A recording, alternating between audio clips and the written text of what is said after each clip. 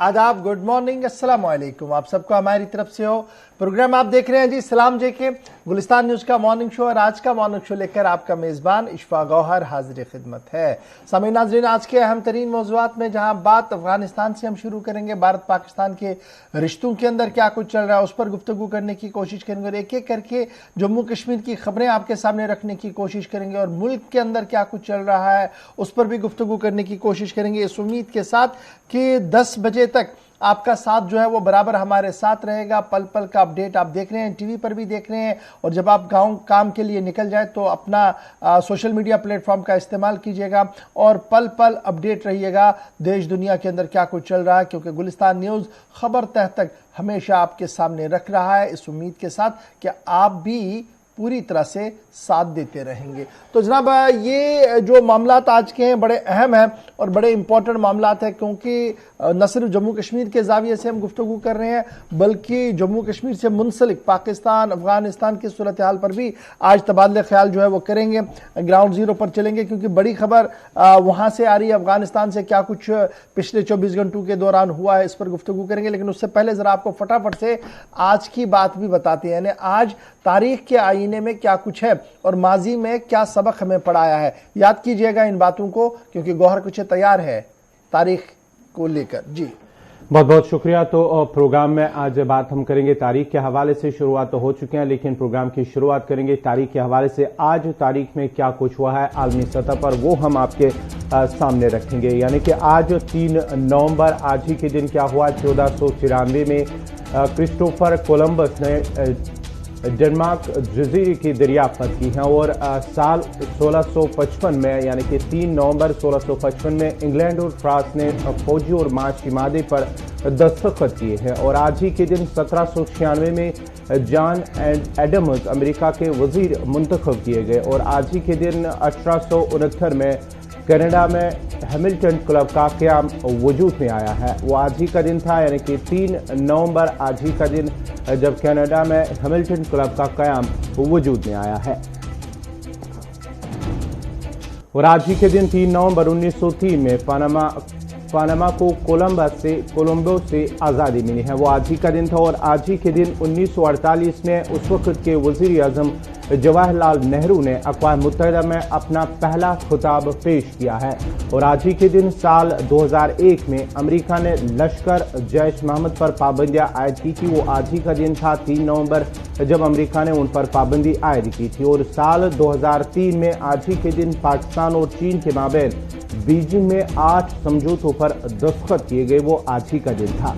तो ये थी तारीख के कुछ अहम वाक़ात लम्हात जो हमने आपके सामने रखे हैं। अब आज़ाद तौर पर प्रोग्राम खबरों की शुरुआत करेंगे और शुरुआत करेंगे इशफाक गौहर।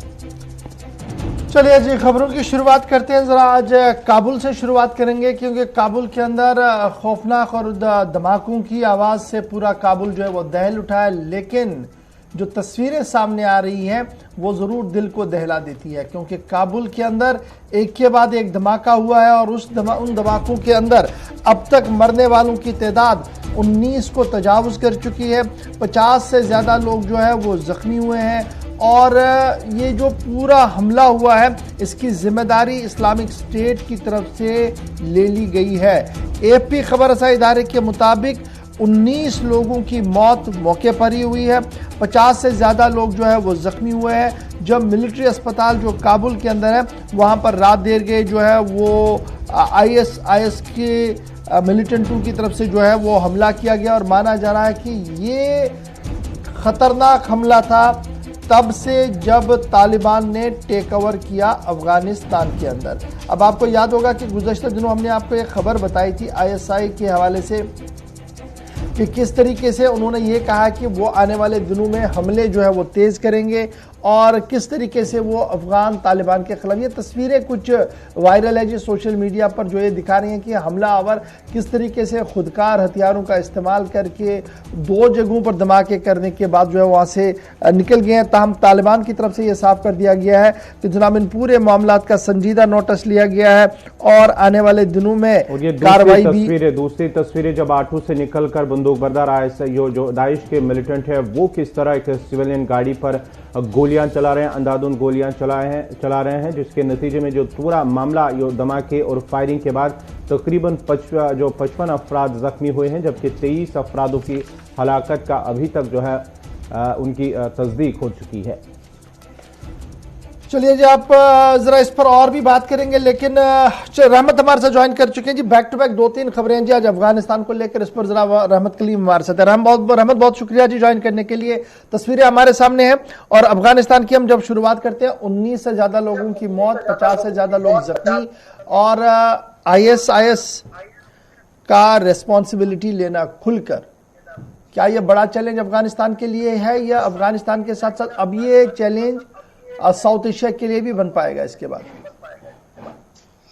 ये देखिए, अफगानिस्तान के लिए चंद बड़े चैलेंज, जो बड़े चैलेंजेस है, खासतौर से ह्यूमैनिटेरियन को लेकर के इंसानी बहरान का सामना है, जो इकोनॉमिकल क्राइसिस है और इस तरह के जो 2-3 और बड़े बड़े चैलेंजेस है, उनसे कहीं बड़ा चैलेंज इस वक्त जो अफगानिस्तान के तालिबान के लिए बना हुआ है वो सिर्फ और सिर्फ दाइश है।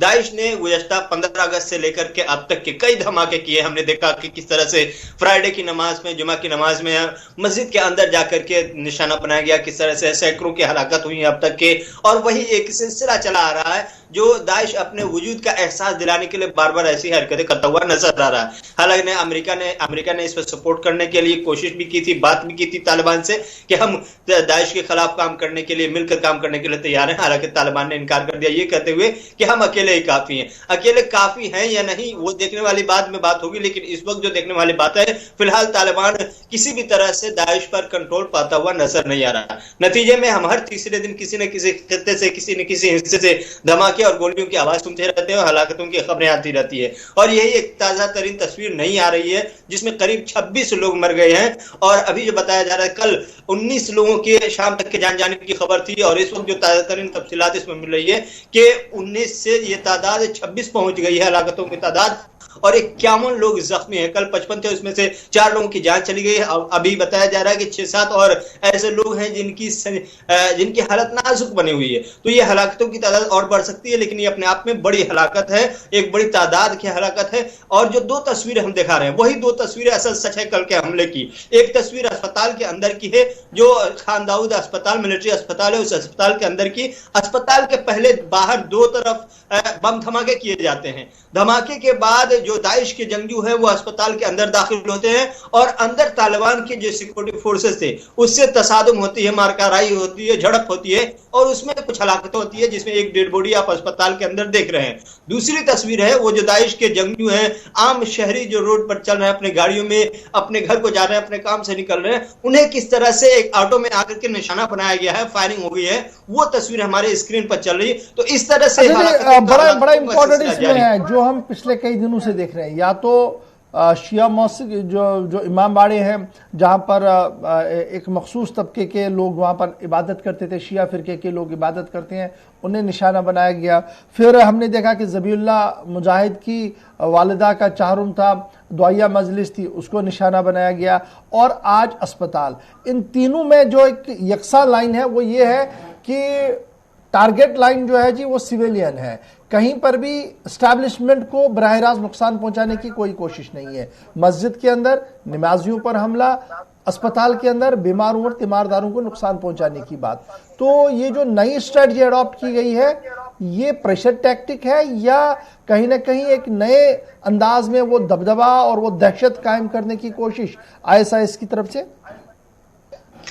ये ISI की तरफ से ये कोशिश दरअसल अपना दबदबा कायम करने के लिए, दाइश खुरासान इसको किस तरह से मजबूत किया जाए और दाइश खुरासान को किस तरह से अपने आप में स्टेबल करने की कोशिश की जाए, इसके लिए सीधे तौर पर एक तो पहले शहरियों को के अंदर खौफ पैदा करना होगा और शहरियों को निशाना बनाकर ही खौफ पैदा किया जा सकता है। इसलिए दाइश ने अपनी ये स्ट्रेटेजी बनाई है। दूसरा, ये एहसास दिलाने के लिए अफगानिस्तान इंतजामिया को, तालिबान इंतजामिया को और अफगानिस्तान के शहरियों को कि तालिबान ही सिर्फ अफगानिस्तान में नहीं है बल्कि दाइश खुरासान भी है, जिसका अपना हक है, जिसके पास अपने पावर है, अपने पास अपनी जरूरतें हैं और अपनी लड़ाई है जिसको वो लड़ रहे हैं। तो ये 2 चीजें हैं जो अपने एहसास दिलाने की कोशिश।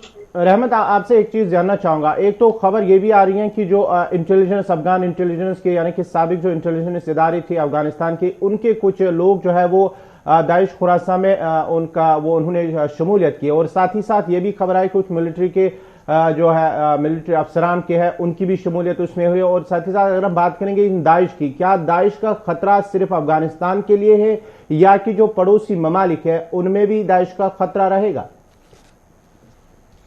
दाइश का खतरा सिर्फ अफगानिस्तान के लिए नहीं है, हालिया दिनों में सबसे ज्यादा अफगानिस्तान के लिए जरूर है, लेकिन आने वाले दिनों में जैसा कि अमेरिकी वजारत दिफा की जानिब से, अमेरिकी खुफिया इंटेलिजेंस की जानिब से जो रिपोर्ट आई थी जिसमें कहा गया था कि 6 महीने के बाद बाज़ाब्ता तौर पर दाइश इस काबिल हो जाएगा कि वो अमेरिका तक पहुंचकर हमला कर सके। तो कहीं ना कहीं दाइश अंदरूनी खाना खुद को मजबूत करने की कोशिश कर रहा है, और यही वजह है कि जो साबिक अफगान फोर्सेस थी उसमें से एक बड़ी तादाद है जिन्होंने दाइश ज्वाइन किया है, और दूसरे छोटे छोटे जो मिलिटेंट ग्रुप थे उनमें से बेशतर तादाद है जिन्होंने मेन स्ट्रीम मिलिटेंटों की जो है अभी अफगानिस्तान में यानी दाइश को ज्वाइन करने की कोशिश की है। तो अचानक से पिछले 2 महीने के अंदर दाइश खुरासान की मजबूती का एहसास जरूर हुआ है और मजबूत कराने का एहसास भी दिलाने की कोशिश की गई है। तो दाइश खुरासान पिछले 2 महीने में जिस अंदाज में मजबूत हुआ है उसी वजह से अमेरिकी खुफिया एजेंसी की रिपोर्ट आई है कि आइंदा अगर यही सिलसिला चलता रहा तो 6 महीने के अंदर में दाइश खुरासान इतनी मजबूत और ताकतवर हो जाएगी कि वो अमेरिका और दूसरे मुल्क पर हमला कर सकता है। जब अमेरिका तक हमला कर सकता है तो हिंदुस्तान, पाकिस्तान, चीन, जापान ये सब पड़ोस ममालिक में बहुत आसानी के साथ टारगेट किया जा सकता है। तो ये सिर्फ अफगानिस्तान के लिए या तालिबान के लिए दाइश खतरा नहीं है, बल्कि पड़ोसी ममालिकों के लिए भी, हम हिंदुस्तानियों के लिए भी खतरा है, क्योंकि दाइश मजबूत। ठीक है जी, आप स्टैंड बाय पे रहिए, हमारे साथ दोबारा आपके पास आएंगे। बस से एक और खबर है, उसके बाद दोबारा आपके पास आना, क्योंकि जब अफगानिस्तान की बात चल रही है, पाकिस्तान की बात चल रही है, तो एक और बड़ी खबर भी आपके सामने कर ही देते हैं। जरा बड़ी खबर पाकिस्तान से जरा आपको बता देते हैं, क्योंकि कौमी सलामती के मुशीरों का इजलास दिल्ली के अंदर होना था और ये इजलास बुलाया गया था भारत की तरफ से, जिसमें कहा गया था कि अफगानिस्तान की मौजूदा सूरत हाल के हवाले से जो है वो गुफ्तगू की जाएगी और पड़ोसी मुल्क की हैसियत से यहाँ पर जो है वो बातचीत होनी है। नवंबर 10 तारीख तय की गई थी, जहाँ पर अजीत डोभाल साहब की तरफ से बाज़ाब्ता तौर पर दावतनामे दिए गए थे, और उस दावतनामों के अंदर एक दावतनामा पाकिस्तान के लिए भी चला गया था, जहाँ पर अजीत डोभाल ने कौमी सलामती के मुशीर पाकिस्तान मुईद यूसुफ को 10 नवंबर को भारत आने की दावत दी थी और यहाँ पर मुनक्किदा होने वाली कॉन्फ्रेंस के लिए कहा गया था कि वो आकर अपनी शिरकत को यकीनी बनाएं। ताहम रात देर गए जो पाकिस्तान के ज़राए ब्लाग से खबर सामने आई कि मुईद यूसुफ भारत नहीं आएंगे। जो अपकमिंग कॉन्फ्रेंस अफगानिस्तान को लेकर 10 नवंबर को है, इसमें पाकिस्तान बिल्कुल भी शरीक नहीं होगा। इंतहाई संगीन इल्ज़ामात जो है वो पाकिस्तान की तरफ से लगाए गए हैं कि जिस तरीके से अफगानिस्तान की सरजमीन को इस्तेमाल करके पाकिस्तान को डिस्टेबल करने की कोशिश की गई है और बरसगीर के अंदर जो बड़ा ख़तरा इस वक्त पैदा किया गया है भारत की तरफ से, उसको देखते हुए जी हम यहाँ पर नहीं आएंगे, ये मुईद का मानना है। और कल एक कॉन्फ्रेंस के साइड लाइन पर उन्होंने इस बात का जो है वो ऐलान किया है। आपको याद होगा कि फॉरेन मिनिस्टर पाकिस्तान के जो है शाह महमूद कुरैशी, उन्होंने गुज़िश्ता दिनों इस बात का एतराफ़ किया था कि दोनों मुल्कों के बीच ताल्लुकात जनाब इंतहाई कशीदा है और इन कशीदा हालात के बीच कुछ चीज़ें बेहतर होने की भी उम्मीद है अगर मुज़ाकरात सही सिमत में चले। ताहम अब जो खबर सामने आई है वो ये है कि कौमी सलामती के मुशीर मुईद यूसुफ जम्मू भारत के दौरे पर नहीं आएंगे। 10 तारीख को नई दिल्ली के अंदर ये कॉन्फ्रेंस मुनक्किद होने जा रही थी। तो एक तरफ से ये खबर है और फटाफट से जरा दूसरी खबर पर भी आते हैं। और दूसरी खबर भारत अफगानिस्तान को मामले को लेकर, लेकिन पेच फंस गया जी पाकिस्तान के अंदर। भारत सरकार की तरफ से कमोबेश 50,000 मीट्रिक टन गंदम जो है वो अफगानिस्तान भेजना है खैर सगाली जज्बे के तहत। ताहम मामला और रास्ता जो है, दरवाज़ा जो है वो पाकिस्तान से होते हुए जाता है। पाकिस्तान की तरफ से फिलहाल उन गाड़ियों को अफगानिस्तान आने या जाने की इजाज़त नहीं दे दी गई है जिन्होंने भारत से अपना सफ़र शुरू किया है। इधर इधर नई दिल्ली के अंदर जो ज़राया हमें बता रहे हैं उनका मानना है कि पाकिस्तान ने अगर बराह रास्त ना भी की है लेकिन हाँ भी कहीं पर नहीं दिख रही है। यही वजह है कि पाकिस्तान की अफगान पॉलिसी को लेकर अब सवाल उठना शुरू हो गए हैं। जहां आपको याद होगा कि फॉरेन मिनिस्टर पाकिस्तान का बयान हो या वज़ीर-ए-आज़म पाकिस्तान इमरान खान का बयान हो, जिसमें उन्होंने सभी मुल्कों से कहा था कि कहत सहाली और दीगर मामलात को लेकर अफगानिस्तान की मदद की जाए और अफगान अवाम को राहत रसानी और इमदादी कार्रवाइयों में मदद करनी चाहिए हमें। तो वहीं पर भारत ने जो 50,000 मीट्रिक टन गंदम भेजने का फैसला लिया था उस पर अब पाकिस्तान ने फिलहाल हामी नहीं भरी है, जिसकी वजह से ये रिलीफ बराह रास्त अफगानिस्तान नहीं जा पाएगा। सीधे चलेंगे रहमत के पास। रहमत, जरा अपडेट कीजिएगा, क्या कुछ मजीद तफसीलात आपके पास है? कहां पर इन्हें रोका गया है? अनलोड और करने की बातें हो रही है, पाकिस्तान की ज़राइब क्या कुछ कह रहे हैं और क्या कुछ आपका तज्जिया इस पूरे मामले पर? जी देखिए, बिल्कुल पाकिस्तान के लिए इस वक्त एक बड़ा चैलेंज ये है कि वो अपने किस तरह से सफारती ताल्लुकात को बेहतर करे और किस तरह से अफगानिस्तान को लेकर के जो एजेंडा है या जो पॉलिसी है उसे साफ और शफाफ अंदाज में दुनिया के सामने पेश करे। चंद ममालिक जो पहली खबर हम चला रहे थे कि किस तरह से एनएसए के लेवल की बाज़ाब्ता तौर पर हिंदुस्तान में 10 नवंबर को मुज़ाकरात होने जा रही है अफगानिस्तान के मसले पर। इस खबर के आने के बाद पाकिस्तान हाथ मल रहा है। पाकिस्तान हाथ इसलिए मल रहा है कि पाकिस्तान की यह कोशिश थी कि वो अपने मेजबानी में बाज़ाब्ता तौर पर अफगानिस्तान पर स्टेज सजाए और अफगानिस्तान को लेकर बात करे। लेकिन हमने देखा कि दूसरी जानिब उज्बेकिस्तान, ताजिकिस्तान में इजलास बुलाया गया, अब हिंदुस्तान की तरफ से इजलास बुलाया गया। पाकिस्तान ने एक भी इजलास ऐसे नहीं बुलाया जिसमें रूस, चीन और हिंदुस्तान को मदऊ किया गया हो। बड़े ममालिक जो हैं, जिन ममालिक के सहारे बाज़ाब्ता तौर पर अफगानिस्तान के लिए कुछ किया जा सकता है, उस पर बैठ करके कुछ फैसले लिए जा सकते हैं, इस तरह की कोशिश अफगानिस्तान की तरफ से नहीं हुई है। और यही वजह पाकिस्तान की तरफ से नहीं हुई है, यही वजह है कि अब जब हिंदुस्तान की सरकार ने 10 नवंबर को एनएसए लेवल के टॉक का फैसला किया है, ऐसे में पाकिस्तान के अंदर कहीं ना कहीं इस फैसले से मायूसी जरूर आई है। यही वजह है कि सीधे तौर पर हिंदुस्तान आने से इनकार कर दिया और एक और मौका जो हिंदुस्तान और पाकिस्तान के रिश्ते की बेहतरी के आसार पैदा कर सकते थे, वो मौका पाकिस्तान गंवाता हुआ नजर आ रहा है। पाकिस्तान के लिए एक दूसरा चैलेंज ये भी है कि हिंदुस्तान ने मॉस्को में तालिबान से ये वादा किया था और तालिबान ने इसको एतराफ भी किया था कि आप जो हमें इमदाद भेज रहे हैं, हमारे चूंकि अफगानिस्तान में जो सूरत हाल है 10 मिलियन से ज्यादा लोग इस विंटर के सीजन में भूख से मर सकते हैं, इस तरह की रिपोर्ट आई थी। जिसके बाद हिंदुस्तान ने कहा कि हम गंदम भेजेंगे 50,000 मैट्रिक टन आपकी इमदाद के लिए, चूंकि हिंदुस्तान अफगानिस्तान की मदद मौका ब मौका करता रहा और इंसानी बुनियादों पर हिंदुस्तान का यह फर्ज है, पड़ोसी मुल्क होने की बुनियाद पर, चाहे आप जो भी हो, हम आपकी इमदाद के लिए तैयार हैं और 50,000 मैट्रिक टन भेजने का फैसला किया। दूसरा सवाल आकर फंसता कि भेजा जाए तो कैसे भेजा जाए? हवाई जहाज के जरिए या हवाई सर्विस के जरिए भेजना इतनी बड़ी तादाद में, इतने बड़े मिकदार में गंदम को, गेहूं को मुश्किल है और इंतहाई मुश्किल अमर है। यही वजह है कि हिंदुस्तान चूंकि पाकिस्तान से ज्यादा करीब है अफगानिस्तान की सरहदें और अफगानिस्तान का इलाका, इसलिए हिंदुस्तान वाया पाकिस्तान भेजने का फैसला किया है। लेकिन अभी तक के पाकिस्तान की जानिब से कोई जवाब नहीं आया। हालांकि अंदर से जो खबर मिल रही है कि अगर पाकिस्तान इस मसले पर हामी नहीं भरता है और रोकता है तो फिर इसका नुकसान अफगानिस्तान के मसले पर पाकिस्तान को ही होगा, क्योंकि दुनिया के सामने जो मैसेज जाएगा वो यही कि ऐसे मुश्किल मौके पर, मुश्किल वक्त में जब अफगानिस्तान की मदद के लिए हिंदुस्तान आ रहा था, बड़ा इंपॉर्टेंट ये है ना कि हम देख रहे थे कि शाह महमूद कुरैशी हो, इमरान खान हो या लीडर ऑफ द अपोजिशन, वहां पर वो लगातार ये अपील कर रहे थे, देखिए अफगान अवाम की इमदाद के लिए हर एक ने जी अपना किरदार और अपना रोल जो है वो निभाना होगा। और फिर जब हम 2-3 दिन पहले देखते हैं तो भारत और पाकिस्तान के रिश्ते बेहतर होने की भी उम्मीदें दिख रही थी, क्योंकि कुछ ऐसी चीजें और कुछ ऐसी डेवलपमेंट्स हो रही थी जैसे एयर स्पेस का खोलना और दीगर चीजें कुछ ट्रैक 2 पर जो चल रही थी, उसमें बैक वक्त एक बार फिर ये सर्द महरी का माहौल जो दिख रहा है, पाकिस्तान की पॉलिसियों का यह नतीजा है या पाकिस्तान की लीडरशिप की मजबूरी है इस वक्त, क्योंकि वहां पर भी जो सूरत हाल उभर कर सामने आ रही है, कई सूबों के अंदर चुनाव भी है।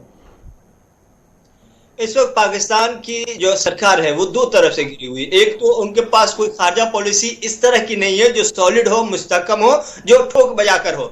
दूसरे सबसे बड़ा प्रॉब्लम यह है, दूसरा सबसे बड़ा जो मसला है इस वक्त पाकिस्तान के अंदर, एक तो पॉलिटिकल क्राइसिस है, दूसरी जानिब वो टीएलपी से एक लड़ाई है जो पूरे मुल्क को इस वक्त अपने कब्जे में ली हुई है लड़ाई, और इसको लेकर के पाकिस्तान की सरकार अपने आप पे परेशानी से दो चार है। तो दो तरह के प्रेशर इस वक्त पाकिस्तान के पास है, और पहला प्रेशर जो है सबसे बड़ा कि खारजा पॉलिसी कोई सॉलिड नहीं आ रही है। आपको अफगानिस्तान पे अगर लीडरशिप की जरूरत है, क्रेडिट लेने की जरूरत है, तो आइए आप स्टेज तैयार कीजिए, दुनिया को कहिए कि मदद करे, वाया पाकिस्तान हम तैयार है। एक ये, दूसरा ये कि आइए अफगानिस्तान पर बैठकर बात करते हैं, रूस है, चीन है, इंडिया है, दूसरा मुल्क है। इस तरह की भी पॉलिसी हिंद पाकिस्तान की तरफ से नहीं अपनाई गई। हिंदुस्तान ने दोनों पॉलिसी अपनाई है, एक तो ह्यूमैनिटेरियन एड का फैसला किया और साथ ही साथ उसे अफगानिस्तान के मसले पर बातचीत के लिए भी फैसला किया। हिंदुस्तान ने अब ये गेंद सीधे तौर पर पाकिस्तान के पाले में डाल दी। पहले गेंद को सीधे तौर पर पाकिस्तान ने मार दिया, जो हिंदुस्तान और पाकिस्तान के रिश्ते के ज्वाइन करने के लिए और बात करने के लिए फटाफट से बढ़ते हैं जी आगे। अब्दुल्ला गौहर कुछ आपको बताएंगे कि कल एक एजेंसी बनी थी और उस एजेंसी को लेकर सियासी बयानात का आना भी शुरू हो गया। जी रहम। जी हाँ, बात करेंगे जम्मू कश्मीर, जहाँ पर जम्मू कश्मीर में नए जो तहकीकाती एजेंसी है उसका क़याम अमल में लाया गया। उस सिलसिले में मुख्तलिफ सियासी लीडरान की जानिब से मुख्तलिफ बयानात भी सामने आए हैं। जहाँ स्टेट इन्वेस्टिगेशन एजेंसी का क़याम अमल में लाया गया, वज़ारत दाखिला की जानिब से इस हवाले से उसको मंजूरी दी गई है और जम्मू कश्मीर इंतजामिया ने भी इसे हरी झंडी दी है, जो NIA की तर्ज पर काम करेगी। मिलिटेंट मुखालिफ कार्रवाइयों को लेकर या मिलिटेंसी के साथ रिलेटेड जो भी मामलात हैं उनकी तहकीकात करेगी। उसके बाद ही मुख्तलिफ सियासी लीडरान की जानिब से मुख्तलिफ बयानात भी सामने आया है। और साथ ही साथ बात करेंगे जो गुपकार अलायंस है, गुपकार इत्तेहाद की जानिब से उनके जो तर्जमान मोहम्मद यूसुफ तारिगामी, उनकी जानिब से भी बयान सामने आया। उन्होंने कहा कि कश्मीरी अवाम, जम्मू कश्मीर की अवाम के लिए जो है मुख्तलिफ हरबे इस्तेमाल किए जा रहे हैं। उन्होंने कहा कि जम्मू कश्मीर में इस तरह के वाक़ात के लिए, इस तरह के मामलों के लिए अगरचे पहले ही मुतअद्दिद एजेंसियाँ, तहकीकाती एजेंसियाँ काम कर रही हैं, तो इस तरह नई तहकीकाती एजेंसी का क़याम अमल लाना ये कहीं ना कहीं दर्शाता है, ये दिखाता है कि जम्मू कश्मीर के अवाम के साथ सख्ती की जा रही है और उनके खिलाफ हरबे इस्तेमाल किया जा रहा है। महबूबा मुफ्ती की जानिब से भी और मुख्तलिफ सियासी लीडरान ने भी इस एजेंसी के क़याम पर तनकीद की है। चलिए जी, बढ़ते हैं जी आगे। अब जरा बात करते हैं सरकार के एक और बड़े फैसले की। और एंटी मिलिटेंट ऑपरेशंस अपनी जगह, लेकिन सरकार अब उन लोगों के खिलाफ भी कार्रवाई कर रही है जो बड़े ओहदों पर है और उन पर यह इल्जाम है कि वो बराह रास्त या बिलवास्ता मिलिटेंसी को बढ़ावा देने में हाथ उनका है। यानी उन सरकारी मुलाजमीन के खिलाफ कार्रवाइयां लगातार हो रही है जिन पर यह इल्जाम है कि वो मिलिटेंसी के साथ है या मिलिटेंसी को बढ़ावा देने का किसी न किसी तरीके से काम कर रहे हैं। और यही वजह है कि कल डिप्टी सुपरिटेंडेंट पुलिस जेल खाना जात और एक प्रिंसिपल को एक बार फिर बरतरफ कर दिया गया है। और जम्मू कश्मीर इंतजामिया ने मंगल को जनूबी कश्मीर में एक डिप्टी सुपरिटेंडेंट जेल और गवर्नमेंट हाई सेकेंडरी स्कूल के प्रिंसिपल को नौकरी से बर्खास्त किया है। इन दोनों पर इल्जाम है कि वो मिलिटेंटों के साथ सरगर्मी के साथ राब्ते में थे और हुकूमत ने आईन के दफा 311 का सहारा लेकर अहकामात सादिर किए हैं, जिसके तहत इस तरह की कार्रवाई करने से कबल कोई तहकीकात करना लाजमी नहीं है। महकमा जेल खाने की जहां तक हम बात करें तो जो बात सामने रखी गई है वो ये कही गई है कि महकमा जेल खाना जात में तैनात डिप्टी सुपरिटेंडेंट फिरोज अहमद लोन और principal government girls higher secondary school Bijbehara Javed Ahmad Shah साकिन ईदगाह बिजबेड़ा को मुलाजमतों से बरतरफ कर दिया गया है। इन पर इल्ज़ाम है कि मिलिटेंटों के साथ काम कर रहे थे और ये भी इस रिपोर्ट के अंदर कहा गया है कि डीएसपी फिरोज साकिन चारी शरीफ साल 2014 में भर्ती हुए हैं और फिल वक्त बारामुल्ला सब जेल में तैनात थे।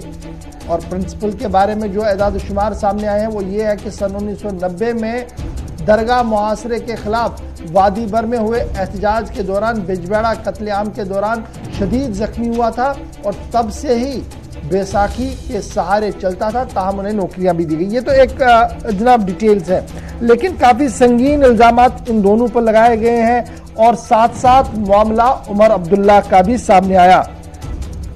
कहा गया कि यह अपॉइंटमेंट साल 2012 में उमर अब्दुल्ला के टेन्योर में हुई और फिर ये कॉन्स्पिरेसी रचाई गई, ये एक साजिश रचाई गई कि किस तरीके से जेल के अंदर हिजबुल मुजाहिदीन के काडरों को तैयार किया जाए, उन्हें पाकिस्तान भेजा जाए और रियाज नाइक और दीगर लोगों का नाम भी इस पूरे मामले में जो है वो सामने आया है। और अब जब ये कार्रवाई सामने आई तो उसके फौरन बाद बयान भी सामने आया और बयान ट्विटर पर दिया है जी उमर अब्दुल्ला ने। और उमर अब्दुल्ला ने कहा कि जिस तरीके से मामलात सामने आ रहे हैं जी ये सही नहीं है और ये सारी कार्रवाई जो है वो अदालत के हुक्म के तहत हुई थी, यानी इनकी तकर्रुरी डीएसपी की तकर्रुरी अदालत के हुक्मनामे के तहत हुई थी। ताहम जिस तरीके से बदनाम करने की कोशिश की जा रही है, अवाम असल हकीकत को समझ रही है और राजभवन से जो प्रोपेगेंडा चलाने की कोशिश की जा रही है इसका माकूल और मुनासिब जवाब दिया जाएगा। काफ़ी संगीन इल्ज़ाम दोनों पर लगाए गए हैं और दोनों को लेकर जो है ये मामला सामने आया है कि उन पर कार्रवाई हुई है। एक तरफ से ये कार्रवाई हुई है और दूसरी तरफ से जम्मू से ये इतला है कि डायरेक्टरेट हेल्थ जम्मू ने भी कई मुलाजमीन को बरतरफ किया है क्योंकि वो सारे मुलाजमीन पिछले 5 साल से लगातार नौकरियों पर नहीं आ रहे थे और लगातार रिमाइंडर्स और शो कॉज नोटिस देने के बाद कल बाज़ाब्ता तौर पर डायरेक्टर हेल्थ जम्मू ने उनकी सर्विसेज को ख़त्म कर दिया है और बाज़ाब्ता तौर पर नोटिस जारी करते हुए इस बात की जानकारी भी दे दी गई है। यहाँ पर छोटे से ब्रेक के लिए रुक रहे हैं, ब्रेक के उस पार आएंगे तो आपको बताएंगे कि मरकज जम्मू कश्मीर के मुलाजमीन पर मेहरबान है और ये मेहरबानी कैसे हो रही है वो हम आपको बताने की कोशिश करेंगे। उसके बाद आपको बताएंगे कि आबी पनाहगाहों के तहफ़्फ़ुज़ के हवाले से क्या कुछ किया जा रहा है और क्यों हुकूमत की नींद अब टूटी है। दोनों खबरें बैक टू बैक बताएंगे आपको छोटे से ब्रेक के फौरन बाद।